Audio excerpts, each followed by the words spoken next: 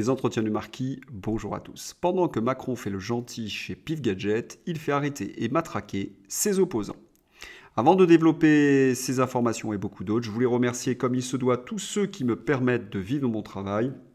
Aujourd'hui sont à l'honneur Mireille Chesboeuf et Nelly Lebloas. Merci à elles. Et puis vous êtes de plus en plus nombreux à rejoindre ces entretiens.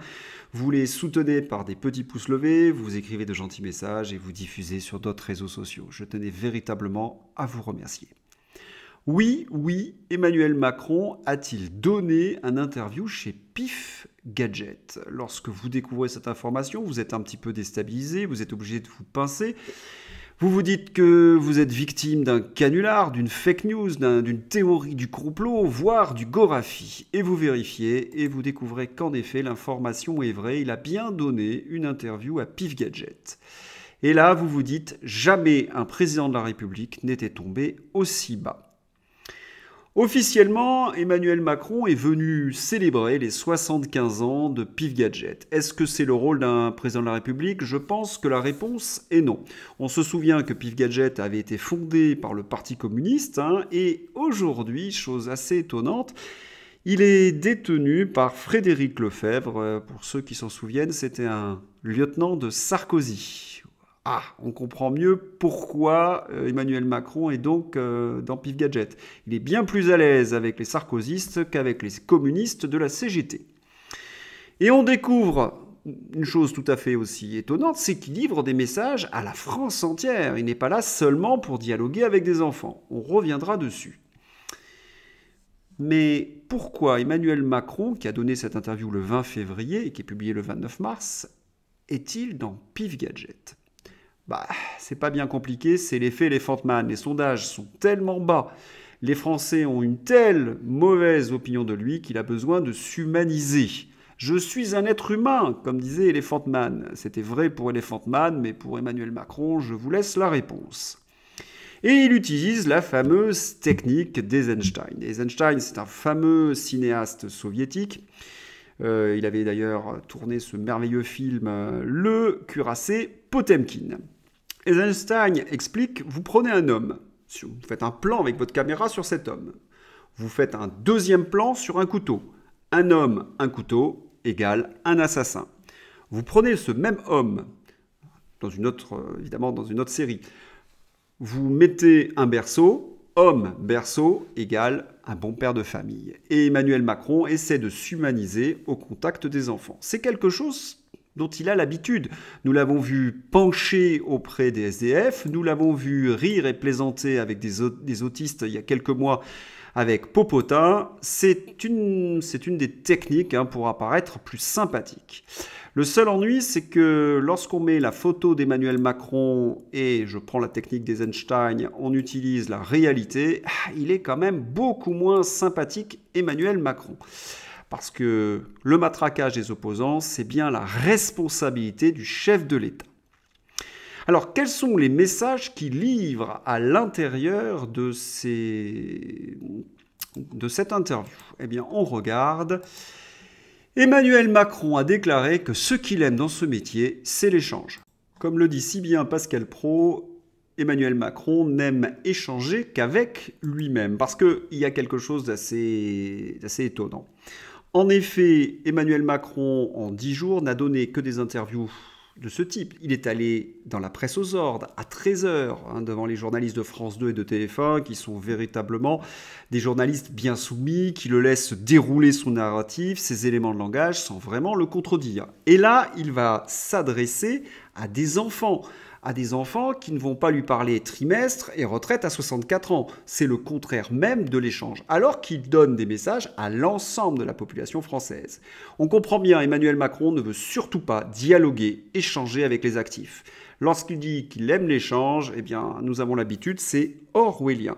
Et puis, il y a aussi quelque chose. Nous avons appris de la part de ses conseillers, des ministres, des députés, qu'il n'écoute plus personne, qu'il s'est bankérisé comme Zelensky, et qu'en matière d'échange, tout le monde se plaint qu'il n'en fait qu'à sa tête. Et lorsqu'on écoute son vocabulaire, il s'adresse aux enfants, Elisabeth Borne dit pédagogie.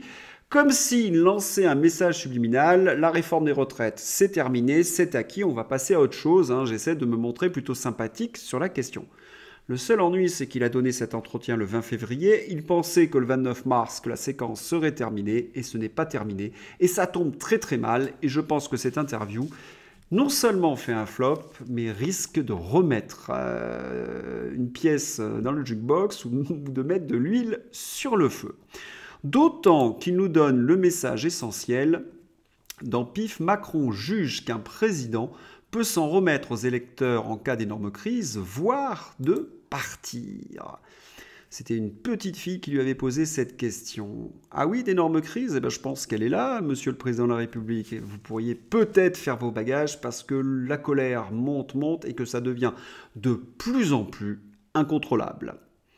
Alors, cette interview a suscité beaucoup de colère, beaucoup de commentaires, mais aussi beaucoup d'humour. Certains disent « mais qu'est-ce qu'il avait dans le pif pour aller chez PIF? Nous les Français, on l'a dans le pif, etc. » Et puis, vous avez toute une série d'images de détournements assez amusantes. La prochaine fois, Emmanuel Macron ira chez Poppy. Moi, je suis grand, bien sûr. Vous avez aussi les autres ministres qui pourraient aller chez Abricot. Gérald Darmanin, pourquoi je ne dissoudrais pas les braves? Ça pourrait être possible. Et évidemment, Bruno Le Maire dans Picsou, aucun risque, tout va bien, l'économie française est en plein essor. Voilà. Certains ont remarqué que dans Pif Gadget, en effet, c'était Emmanuel Macron le gadget. Et puis, comme je vous l'ai dit tout à l'heure, qu'est-ce qu'il peut bien avoir dans le pif cette semaine? Un super gadget, la poudre magique. Vous avez compris, sur les réseaux sociaux, c'est l'hilarité générale. Mais quelle maladresse. Alors le président de la République a décidé de se rattraper et de manipuler l'angoisse de l'eau. Oui, nous avons appris, je tenais à remercier l'auteur de ce tweet, qui me l'a envoyé directement. Visite surprise, Emmanuel Macron demain 30 mars au lac de Serponçon pour annoncer le plan eau. Tiens, midi à Embrun, midi 30, déclaration publique à Savines, le lac. Pôle culturel, le 20e, la CGT 05 en comité d'accueil. Ah oui, il faudrait remercier le président de la République pour tout ce qu'il fait pour nous. J'espère que vous serez nombreux, si vous êtes sur place, à aller manifester avec la CGT pour lui dire que oui, on l'a un petit peu dans le pif. Et Emmanuel Macron. Vous avez remarqué le plan eau. Vous avez vu les écologistes se battre autour d'une méga bassine.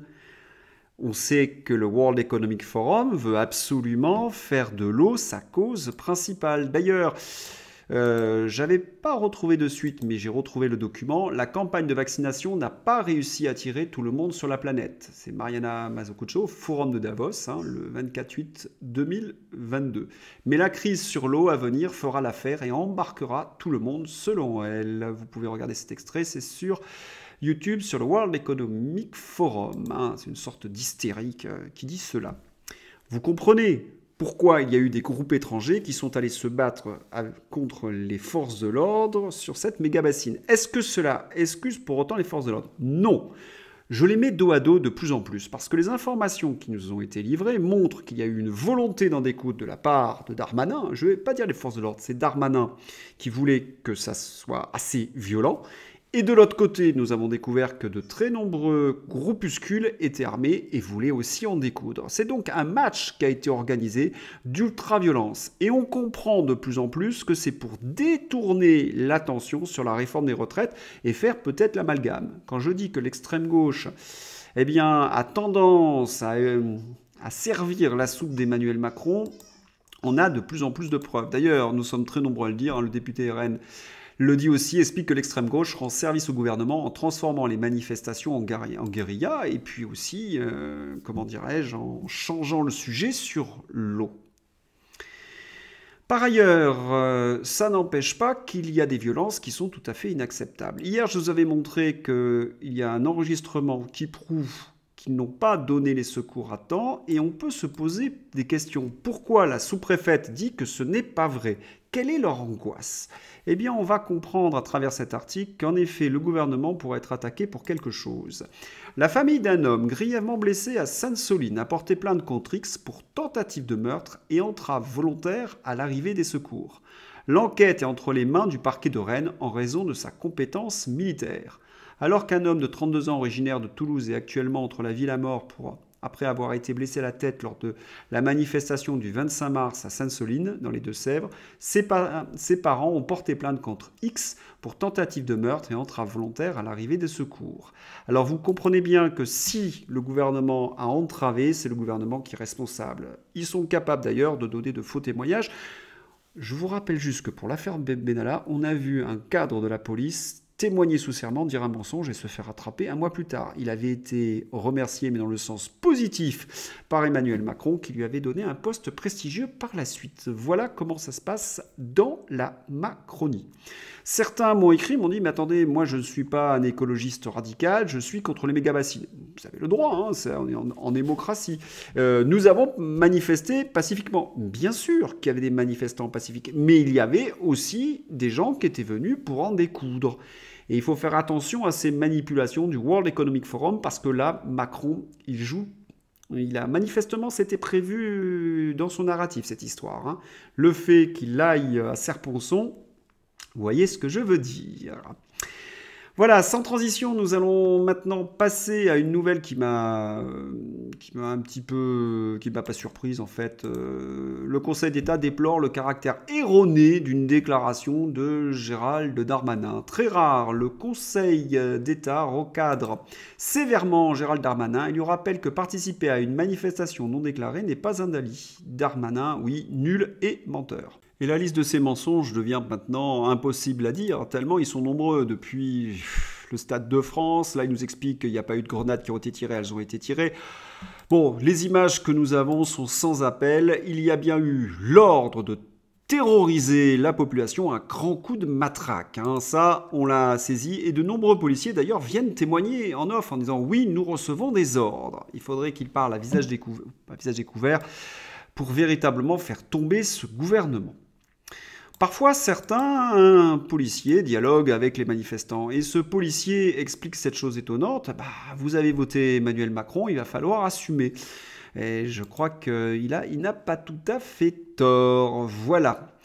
Matraqué, et puis nous avons appris cette nouvelle, moi qui m'a véritablement un peu agacé, cela suscite le débat en ce moment, une Audomaroise interpellée chez elle pour avoir insulté Emmanuel Macron. Elle est accusée d'outrage et insulte envers le président de la République suite à une publication d'un message sur les réseaux sociaux. Elle sera jugée au tribunal le 20 juin. Parce qu'elle a mis un commentaire anti-Macron sur Facebook. Elle l'a traité un petit peu comme ceux qui traînent dans nos rues. Hein. En effet, dans nos rues, il y a les ordures. Eh bien, voilà l'insulte. La question que l'on peut se poser, a-t-on le droit d'insulter le président de la République ? Je vous dirais non. Normalement, c'est quelqu'un de sacré. Mais il y a une condition, vous vous en doutez bien. Il faut que le président de la République respecte les institutions, respecte la population française. Emmanuel Macron ne respecte pas les institutions et ne respecte même pas sa fonction de président de la République. Quant au vocabulaire qu'il a employé sur les Français, entre Gaulois réfractaires et toutes les insultes qu'il a pu dire au fil du temps, non, il n'a pas du tout été exemplaire. À partir de ce moment-là, eh bien, il est normal que les Français se soulèvent et lui renvoient les mots qu'il a pu utiliser. Donc, ceux qui essaient de dire Macron, c'est un personnage sacré, non, Macron a désacralisé sa fonction et il en paie aujourd'hui le prix. Par ailleurs, sur Twitter, il y avait « M est une ordure ». Eh bien, ça a disparu pendant presque 48 heures et certains essaient absolument de remettre sur Twitter ce mot d'ordre. Hein. Bien évidemment, il ne faut pas se laisser intimider par le chef de l'État et ses sbires. Allez, on va parler sans transition de Laurent Alexandre, parce qu'il dépasse toujours le mur du son, Laurent Alexandre. Il a toujours un problème avec les enfants. En fait, tous les macronistes ont véritablement un problème avec les enfants. Regardez ce qu'il arrive à écrire. On peut ne pas être d'accord avec ce jeune garçon, mais dire, si c'était l'un de mes enfants, je crois que je l'abandonnerais en forêt accroché à un arbre, et ça le fait rire, je ne vois pas ce qu'il y a de drôle. Non, franchement, abandonner un enfant parce qu'il n'est pas d'accord avec vous, Laurent Alexandre... C'est presque confondant, si vous voulez. Toujours dans la même suite, nous avons appris alerte rouge sur l'inflation alimentaire en France. Sur un mois, les prix ont encore augmenté de 1,8 selon Circana, qui épluche les tickets en sortie de caisse. Et oui, là, on approche près de 16% sur les produits alimentaires. C'est une information que je vous avais donnée dès le mois d'avril-mai, qu'il y avait une crainte à l'époque.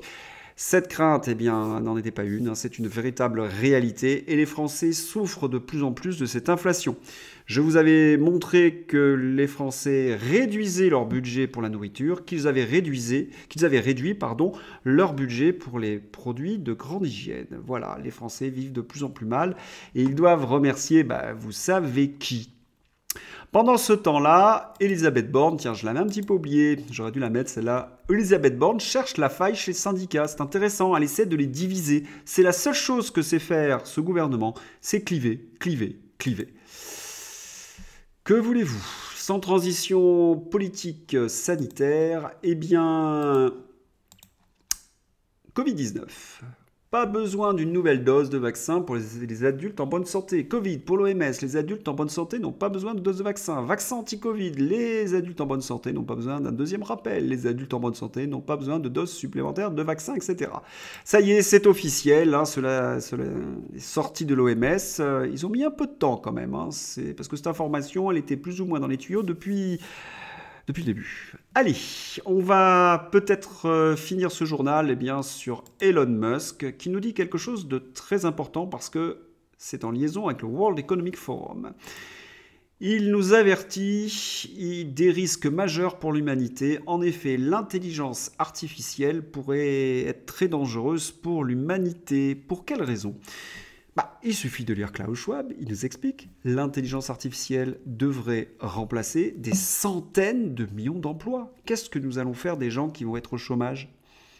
Peut-être que Laurent Alexandre et Noam Hariri ont une solution, j'en ai souvent parlé. Une solution assez atroce. Et ce ne sont pas n'importe quel métier, ce sont les métiers de l'enseignement. Ce sont les avocats, ce sont les docteurs, ce sont les journalistes, ce sont tous ces métiers qui coûtent beaucoup d'argent dans une certaine mesure aux États et les têtes pensantes se disent « Tiens, ça serait un bon moyen de ne plus payer des impôts ». Et puis certains ont même imaginé qu'il suffirait, avec cet argent économisé, de donner une sorte d'obol aux gens, très peu d'argent, juste pour qu'ils survivent. Voilà le monde dans lequel ils veulent nous faire vivre. Merci à Elon Musk d'avoir sonné l'alarme. J'avais été très dur dans une vidéo contre lui et je trouve qu'Elon Musk s'humanise parce que c'était un père de l'intelligence artificielle. Et moi, ça m'a effrayé puisque j'avais lu cela chez les gens du World Economic Forum et je me disais, tiens, Elon Musk, il est pour cette intelligence artificielle, pour ce plan-là. Et là, il sonne l'alarme. Eh bien, écoutez, merci à lui. Si vous avez aimé ce journal, n'hésitez pas à le soutenir et puis je vous souhaite une excellente journée. Bye bye.